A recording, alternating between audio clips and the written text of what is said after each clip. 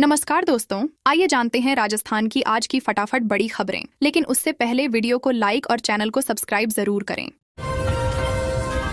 दौसा में चारागाह बचाने भेड़ बकरियां लेकर सड़क पर उतरे लोग। दौसा जिले के महावा क्षेत्र के कुतकपुर गांव में चारागाह भूमि पर 220 केवी जीएसएस बनाने के विरोध में ग्रामीण पिछले 168 दिनों से धरने पर बैठे हैं। विरोध जताने के लिए ग्रामीण गोवंश और भेड़ बकरियों के साथ एसडीएम कार्यालय की ओर पैदल कूच पर निकल पड़े। रैली देवी माता मंदिर से शुरू होकर महावा कस्बे की ओर बढ़ी, जिसमें बड़ी संख्या में महिलाएं और पुरुष शामिल हुए। प्रदर्शन के दौरान महावा हिंडौन स्टेट हाईवे पर जाम लग गया, जिसके बाद पुलिस ने ट्रैफिक डाइवर्ट किया। ग्रामीणों का कहना है कि सरकार और जनप्रतिनिधि उनकी मांग नहीं सुन रहे, इसलिए अब बड़ा आंदोलन किया जाएगा।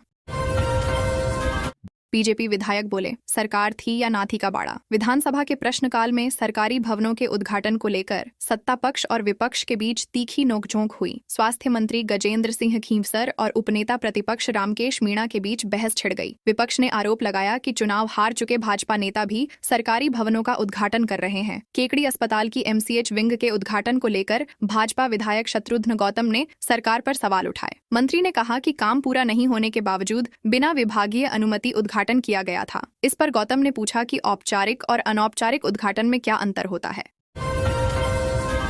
राजस्थान में लागू हुआ नया नियम मनरेगा योजना के तहत अब फेस ऑथेंटिकेशन और ई-केवाईसी अनिवार्य कर दिया गया है। इसके बिना किसी भी पंजीकृत सक्रिय श्रमिक का मस्टर रोल जारी नहीं होगा और भुगतान भी नहीं मिलेगा। यह व्यवस्था घोस्ट वर्कर्स यानी फर्जी मजदूरों को रोकने के लिए लागू की गई है। ग्रामीण विकास मंत्रालय के निर्देश पर राजस्थान की शासन सचिव व आयुक्त पुष्पा सत्यानी ने सभी जिलों को आदेश जारी किए हैं। 27 फरवरी तक प्रदेश में 78.69% सक्रिय श्रमिकों का जॉब कार्ड सत्यापन और ई-केवाईसी पूरी हो चुकी है। 2 मार्च से केवल उन्हीं श्रमिकों के नाम से मस्टर रोल जारी होंगे जिनकी ई-केवाईसी पूर्ण है। पंचायत निकाय चुनाव में बच्चों की बाध्यता हटेगी। राजस्थान में पंचायत और शहरी निकाय चुनावों में 2 से अधिक बच्चों की शर्त खत्म करने की तैयारी है। इसके लिए राजस्थान पंचायती राज संशोधन बिल 2026 और नगर पालिका संशोधन बिल 2026 विधानसभा में पेश होंगे। वर्तमान नियम के अनुसार वार्ड पंच, सरपंच, पंचायत समिति सदस्य, जिला परिषद सदस्य, पार्षद, नगर पालिका अध्यक्ष और मेयर पद के चुनाव के लिए उम्मीदवार के 2 से अधिक बच्चे नहीं होने चाहिए। प्रस्तावित संशोधन पारित होने पर यह बाध्यता समाप्त हो जाएगी और अधिक बच्चों वाले लोग भी चुनाव लड़ सकेंगे। झालावाड़ में सोयाबीन भूसे की आड़ में गोवंश तस्करी। झालावाड़ जिले के पिड़ावा थाना क्षेत्र में गौपुत्र सेना ने सोयाबीन भूसे की बोरियों के नीचे छिपाकर ले जाए जा रहे गोवंश से भरी एक पिकअप को पकड़ा। घटना बांसखेड़ी गांव की है, जहां मुखबिर की सूचना पर टीम ने वाहन का पीछा किया। टायर पंक्चर कर वाहन रोका गया तो उसमें 10 से अधिक गोवंश मिले। हालांकि तस्कर अंधेरे का फायदा उठाकर मौके से फरार हो गए। बरामद गोवंश को दूसरे वाहन से घोषाला पहुंचाया गया और पिकअप वाहन पुलिस को सौंप दिया गया। पुलिस मामले की जांच कर रही है और फरार तस्करों की तलाश जारी है।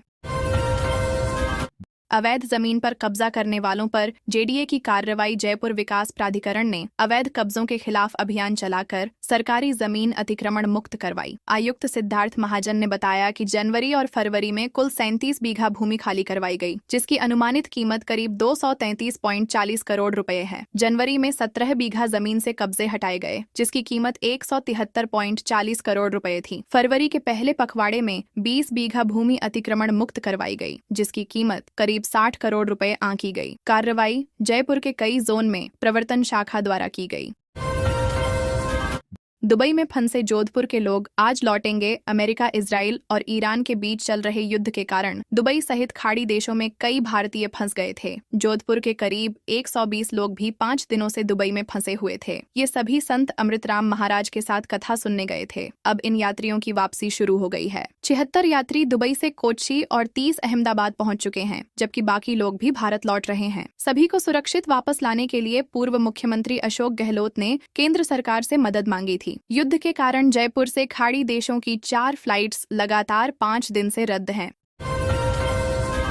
राजस्थान में पारा 40 के करीब, अचानक गर्मी क्यों बढ़ी? राजस्थान में मार्च की शुरुआत में ही तापमान तेजी से बढ़ने लगा है। बाड़मेर में अधिकतम तापमान 39 डिग्री सेल्सियस के करीब पहुंच गया, जबकि जयपुर, अजमेर, चूरू और उदयपुर में यह 35 डिग्री के आसपास दर्ज किया गया। मौसम विशेषज्ञों के अनुसार अरब सागर में बने एंटी साइक्लोन के कारण पश्चिम से गर्म हवाएं चल रही हैं, जिससे गर्मी बढ़ रही है। हालांकि रात में मौसम अपेक्षाकृत ठंडा है और कई शहरों में न्यूनतम तापमान 15 डिग्री से नीचे दर्ज हो रहा है। मौसम विभाग ने अगले 2-3 दिनों में तापमान और बढ़ने तथा पश्चिमी जिलों में गर्म हवा चलने की संभावना जताई है।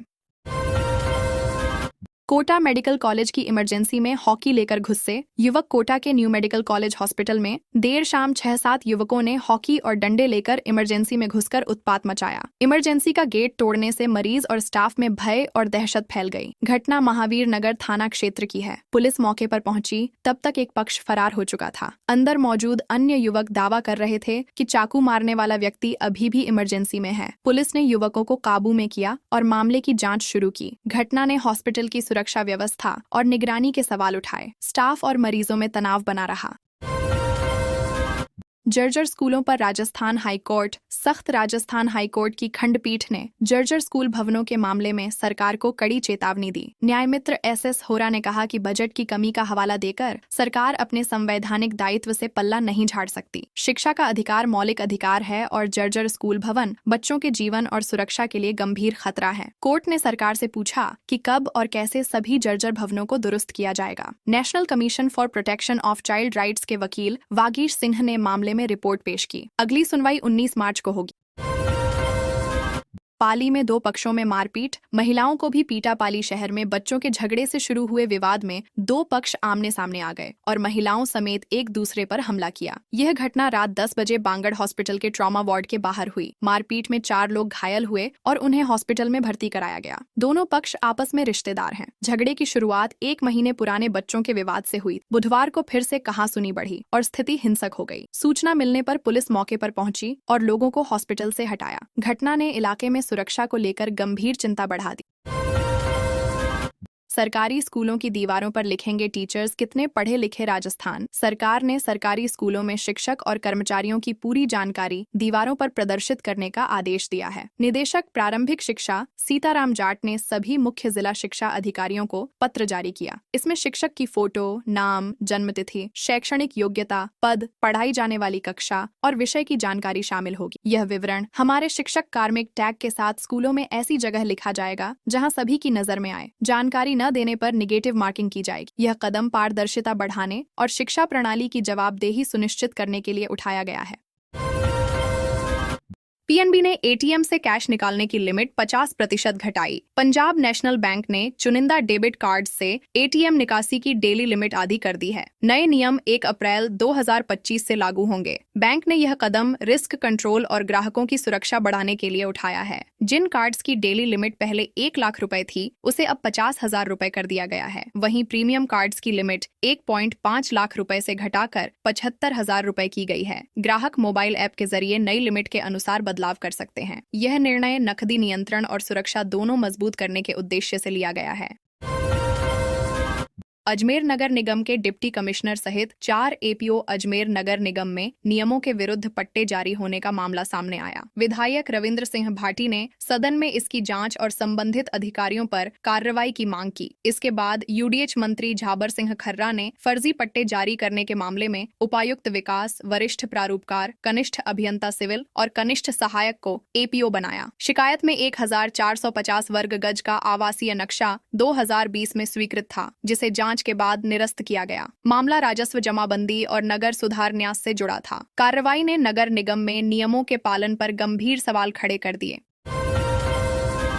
राजस्थान में घर घर दवा पहुंचाने की योजना अटकी। राजस्थान सरकार की RGHS योजना के तहत घर घर दवाइयां पहुंचाने की डोर स्टेप डिलीवरी योजना अभी तक लागू नहीं हो पाई है। बजट घोषणा को 1 वर्ष हो चुका है, लेकिन क्रियान्वयन शुरू नहीं हुआ। यह योजना 11 लाख सेवारत और 16 लाख सेवानिवृत्त कर्मचारियों और उनके आश्रितों को सीधे लाभ पहुंचाने वाली थी। जिले में करीब 55,000 लाभार्थी हैं। पंजीकृत लाभार्थियों को अनुमोदित फार्मा स्टोर या ई फार्मा प्रोफार्मा प्लेटफॉर्म से ऑनलाइन ऑर्डर करना था और 24 घंटे में डिलीवरी मिलनी थी। प्रक्रिया शुरू न होने से कर्मचारी और पेंशनर लाभ से वंचित हैं। मिट्टी में दबा मिला शव, एसबीआई के गार्ड के खिलाफ एफआईआर। अलवर जिले के खेडली कस्बे के पास सामंतपुरा गांव में पहाड़ की तलहटी में युवक का शव मिट्टी में दबा मिला। पहचान खेडली निवासी नरेंद्र शर्मा के रूप में हुई। परिजनों ने एसबीआई गार्ड मदन उर्फ मदन फौजी और 4-5 अज्ञात साथियों के खिलाफ हत्या की एफआईआर दर्ज कराई। परिजनों के अनुसार 28 फरवरी की रात मदन और नरेंद्र के बीच झगड़ा हुआ, जिसमें चोट आई। इसके बाद 2 बाइक सवार युवक आए और नरेंद्र को जबरन ले गए। पुलिस ने मामला दर्ज कर जांच शुरू की। घटना ने इलाके में सुरक्षा की गंभीर चिंता बढ़ा दी।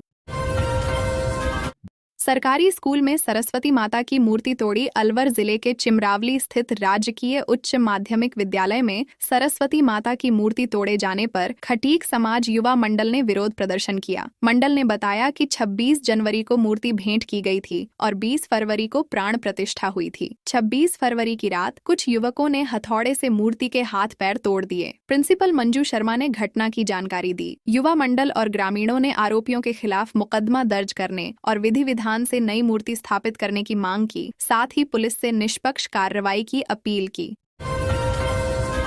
रणथंभौर में कार की ओर बढ़ा टाइगर। रणथंभौर के त्रिनेत्र गणेश मंदिर मार्ग पर शाम करीब 4:30 बजे टाइगर सड़क पर आ गया। टाइगर को देख दोनों तरफ खड़ी गाड़ियां रुकीं और पर्यटक घबरा गए। टाइगर ने एक कार की ओर कदम बढ़ाए, जिससे उसमें बैठे लोग डर गए, लेकिन पल भर बाद वह जंगल की ओर चला गया। उस दिन रिजर्व में कोई टूरिस्ट नहीं था। वन विभाग की टीम मौके पर पहुंची और निगरानी शुरू की। पर्यटकों के अनुसार टाइगर शांतिपूर्वक सड़क पर टहलता रहा और किसी पर हमला नहीं किया। घटना ने वन्य जीव सुरक्षा और सतर्कता का महत्व उजागर किया। डीडवाना कुचामन में 45 दिन का वाटर इमरजेंसी। डीडवाना कुचामन जिले में 20 मार्च से अगले 1.5 महीने तक नहरबंदी की जाएगी, जिससे पानी की सप्लाई प्रभावित होगी। इंदिरा गांधी मुख्य नहर की सफाई और मरम्मत कार्य के कारण यह जरूरी है। अधिशासी अभियंता अजीत सिंह ने बताया कि पंजाब के फिरोजपुर फीडर के पुनर्निर्माण के चलते नहरबंदी अनिवार्य है। नहरबंदी से जिले के 8 शहरों और 785 गाँवों में पेयजल आपूर्ति प्रभावित होगी। प्रशासन ने आपातकालीन तैयारियां शुरू कर दी हैं। गर्मी बढ़ने के कारण जल संकट से निपटने के लिए सतर्कता और व्यापक कदम उठाए जा रहे हैं। आना सागर झील से 1 मीटर तक मिट्टी निकालेंगे, भरेगा ज्यादा पानी। अजमेर में विधानसभा अध्यक्ष वासुदेव देवनानी ने आना सागर झील में मिट्टी निकालने और स्तर बढ़ाने के निर्देश दिए। झील और सेवन वंडर क्षेत्र में खुदाई कर पानी की अधिक क्षमता सुनिश्चित की जाएगी। देवनानी ने अधिकारियों के साथ योजना पर चर्चा की और खुद जाकर प्रक्रिया को समझा। नगर निगम और सिंचाई विभाग के अधिकारियों को शामिल किया गया। राज्य सरकार की बजट घोषणा के अनुसार झील से लगभग 1 मीटर मिट्टी निकाली जाएगी। इस कार्य की अनुमानित लागत 78 करोड़ रुपए है। योजना से झील में बारिश का पानी अधिक भरेगा और जल संरक्षण में सुधार होगा। होमगार्ड के 409 पदों पर भर्ती 16 मार्च से होगा। फिजिकल अलवर और दौसा जिलों में गृह रक्षा के 409 पदों पर भर्ती प्रक्रिया शुरू होगी। अभ्यर्थियों की फिजिकल परीक्षा 16 से 31 मार्च तक पुलिस लाइन परेड ग्राउंड में आयोजित की जाएगी। गृह रक्षा प्रशिक्षण केंद्र के कमांडेंट हरि सिंह यादव ने बताया कि अलवर और दौसा के उम्मीदवार शामिल होंगे। नामांकन प्रक्रिया के तहत सभी अभ्यर्थियों को मोबाइल और ईमेल पर सूचना दी जाएगी। इसके बाद वे विभागीय वेबसाइट पर जाकर प्रवेश पत्र डाउनलोड कर सकेंगे। अलवर में 322 और दौसा में 87 पदों के लिए कुल 55,685 अभ्यर्थी भाग लेंगे। आवश्यक दस्तावेजों और निर्देशों की जानकारी अभ्यर्थियों को प्रदान की जाएगी। नागौर हाईवे पर पलटा केमिकल टैंकर, लगी आग। नागौर लाडनू नेशनल हाईवे 458 पर केमिकल से भरा टैंकर पलटने के बाद आग लग गई। ड्राइवर ने कूदकर अपनी जान बचाई। आग इतनी भयानक थी कि लपटें 2 किलोमीटर दूर से दिखाई। प्रशासन ने हाईवे को अस्थायी रूप से बंद कर दिया। 4 दमकल और 6 एम्बुलेंस मौके पर तैनात की गईं। सुरपालिया थानाधिकारी सुमन चौधरी ने बताया कि आग की तीव्रता के कारण हाईवे पर अफरा तफरी मच गई। 2 घंटे की कड़ी मशक्कत के बाद आग पर नियंत्रण पाया गया, लेकिन टैंकर पूरी तरह जलकर खाक हो चुका था।